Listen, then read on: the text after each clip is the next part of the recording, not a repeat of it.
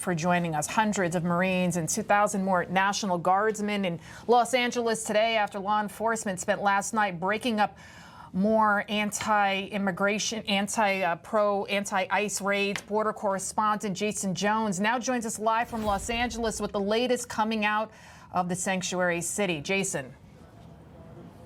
Oh, Lydia, it's good to be with you. You know, I wish I was in the city walking around showing you the amount of damage taking place. You know, business owners who lost their businesses that were looted last night, and the amount of graffiti and damage to the city. Instead, behind me, if you look over my shoulder, you'll see just a few National Guardsmen.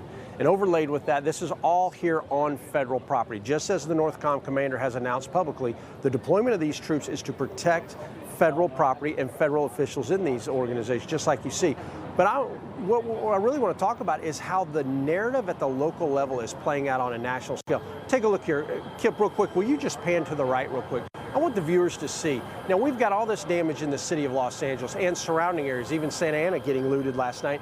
And look at Media Row. This is what the narrative is. What Mayor Bass is putting out and what Newsom, the governor of California, is saying here is that the escalation, when you're here on the ground, this is all you hear. The escalation all occurred as a direct result of National Guard being deployed by President Trump. And that is clearly not the case, but yet this is what's getting out, and this is why I want you to see just what a big deal this is to news all across this country and the narrative that's being pushed. Now, let's talk about some of the looting that took place last night. Quite a bit, as you can see here.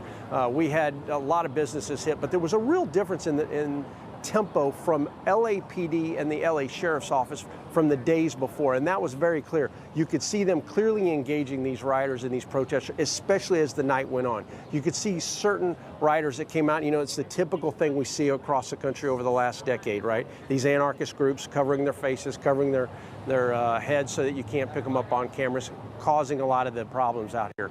But look, at the end of the day, one of the big changes was the arrest being made. Now, Mayor Bass just came out this morning and has said that LAPD has now made over 100 arrests. You know, when I first got here on the ground, they'd only made 10 for one day. So this is an example of if they would have applied some pressure, perhaps the National Guard wouldn't have had to be deployed by the president. But this is where we are. And look, we'll be on the ground trying to show you what's happening here. But as you can see behind me, this is what everybody wants to show you and tell you that this is the problem. Back to you.